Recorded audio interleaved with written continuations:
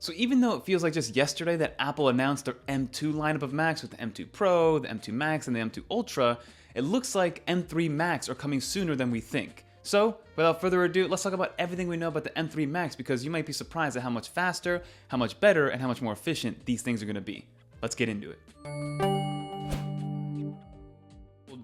So before we get into the actual news about this M3 chip, I do want to reiterate and state that that jump that we saw from Intel-based Macs to the M1-based Macs is long gone. Like, that transition where we kind of broke Moore's law that everything doubles every 2 years is now gone. So now we're back to kind of like a normal iteration of how good things get over time, but that's not to say that the M3 chip is going to be any slouch, and comparing to the M2 chip is going to be a lot more efficient and a lot more powerful, because the main difference is that just like the A-series chips that go in the iPhones, Apple with the A-series chips is going to the A17 Bionic, and that one's going to be the first 3nm process chip.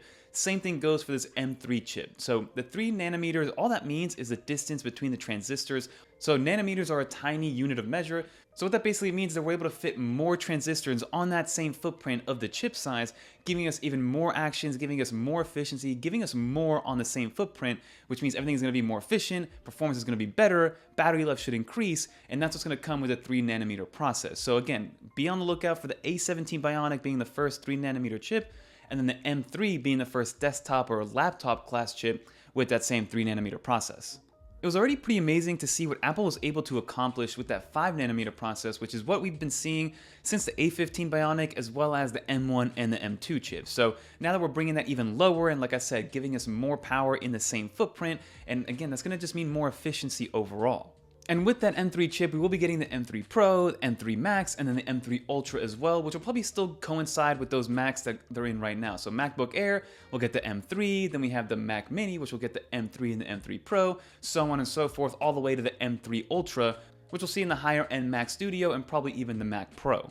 But from a base level standpoint, what that means for the M3 Pro is that we will be getting 2 more CPU and 2 more GPU cores, getting us to a total of 12 CPU and 18 GPU cores. So again, same footprint, just better efficiency, better battery life, and just more power overall because of the 3nm process. And now, not only will that give us more CPU and GPU cores, but it will be able to support up to 36 gigs of RAM, of unified RAM on that actual chip. Now again, this is the M3 Pro. So that means with the M3 Max, it'll probably double or even triple, and then when the M3 Ultra, it'll just be kind of all the way out there. We'll probably be able to get maybe 196 gigs of unified memory on those M3 Ultras in the Mac Studio and the Mac Pro. So Bloomberg was able to confirm all that M3 Pro, but then when it comes to the M3 Max and the M3 Ultra, this is more speculation, but again, if it follows the same path that we saw with the M1 and then the M2 lineup, the M3 lineup is just going to be the same thing, just, leveled up a notch. As you can see by these estimates that I'm putting up right now, from a single core performance usage, we are seeing about a 10 to 15% increase in single core performance. And then from a multi-core score, which again, these are just speculation and numbers that we're seeing, again, comparing it to last year, we're seeing anywhere from a 20 to 30% increase on both CPU and GPU power on the multi-core side.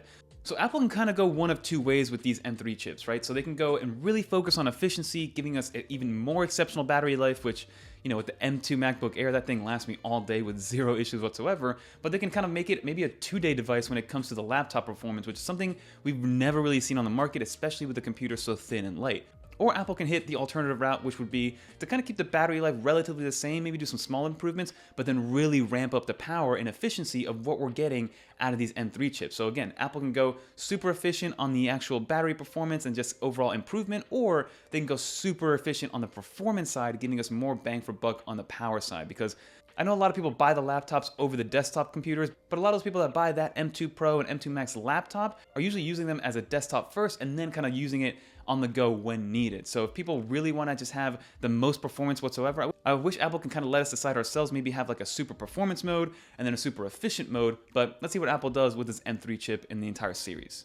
So now when it comes to which laptops are getting it and when we should expect the first M3 chip computers, we should actually get them towards the end of this year. After the September event where Apple is going to announce their iPhones, their iPhone 15 lineup, the USB-C iPhone hopefully, and again, the A17 Bionic, that'll be the first inkling of that 3nm process. And then in October, Apple usually has another event to kind of round out the year.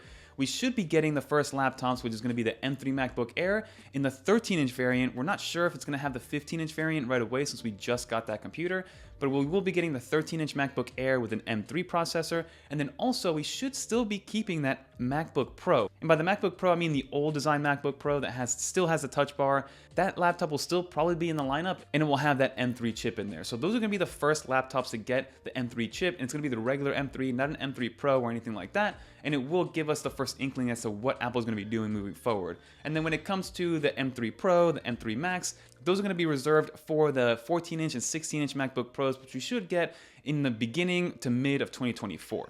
And now I'm curious to see what that's going to do to the actual lineup of these MacBook Airs, because right now, if you look at the MacBook Air lineup, Apple's still offering the M1 MacBook Air, I believe at $900, and then they're offering the 13-inch M2 MacBook Air for, I believe, $1,000, and then they're offering the 15-inch MacBook Air at $1,299. So I wonder what Apple's going to do with that M3. Are they going to just replace the M2 13-inch with the M3 and still make the M2 15-inch more expensive? You know, what are they going to do from a pricing standpoint? Are they going to keep the M1 in the lineup, or are they just going to keep the M2 and the M3? Let's see what Apple does. Apple does like to keep, if you look at their iPhone lineup, they like to keep at least 2 years worth of generational iPhone. So I think right now you can buy a 14 in the entire lineup, you can buy a 13, and you can still also buy an iPhone 12 if you really want to.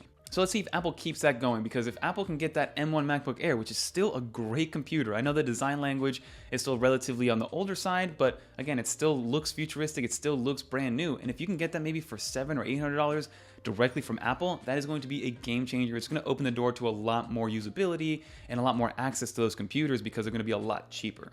So let's see what Apple does and how they're going to shake up their lineup, and then let's see where the M3 MacBook Pro with Touch Bar and old design language fits in to this whole actual setup, because that's another one that's, I don't know why Apple keeps making it. I think they're just making it because they can, and they probably have a lot of the spare hardware, and all they really need to do is put that M3 chip in there and call it a brand new computer, but Apple probably just has so much of that laying around that they're trying to get through it all as much as they can. Now, in terms of who this M3 MacBook Air or MacBook Pro is going to be for, it really is going to depend on what you use your MacBook, right? Especially the first one, it's going to be a MacBook Air, so it's going to be the same thing, right? It's going to be a thin and light. It's not going to really focus on a lot of GPU performance. It's not really going to focus on a lot of editing, but it still can if you need it to. So if you're somebody that maybe still has an Intel computer, or maybe you have the M1 MacBook Air and you want to upgrade to the M3 MacBook Air, then go for it. Then you might see some good performance gains, especially if you're coming from the Intel side. But if you're somebody that just picked up an M2 MacBook Air, either the 13 or the 15-inch variant, you know, you're not really going to need this one. It's going to be incremental in terms of upgrades. Visually, it's going to look the same. Footprint-wise, it's going to look the same. Screen resolution is going to be the same. From a hardware standpoint, it's going to be very, very similar, if not identical. It's just going to have that much more kind of top-end performance. And if you are that person that needs it, then by all means, go for it, go grab it. But if you're not, then you're still going to be happy with what you currently have.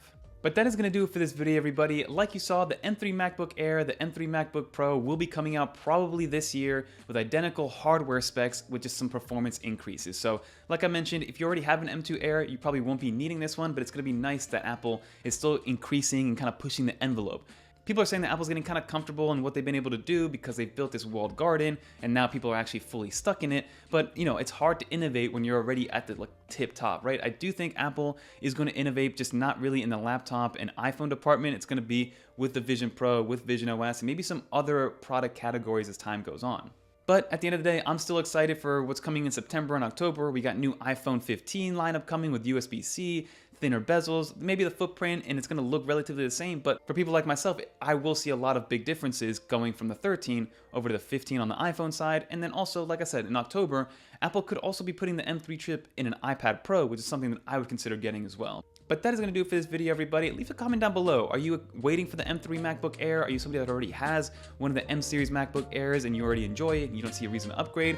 Let me know in the comment down below and we can discuss, because like I said, the M3 MacBook Air, if you already have an M2 or even an M1, might not really be worth it for you because you're the type of user that needs it for email, for Slack, for Netflix, for YouTube, for management, for Excel, for things of that nature where you don't really need that top tier kind of extra 20% of power. But that's going to do it. If you guys want to watch some more iOS, iPadOS, or macOS videos, click on one of these right here. And until next time, I'm Fernando.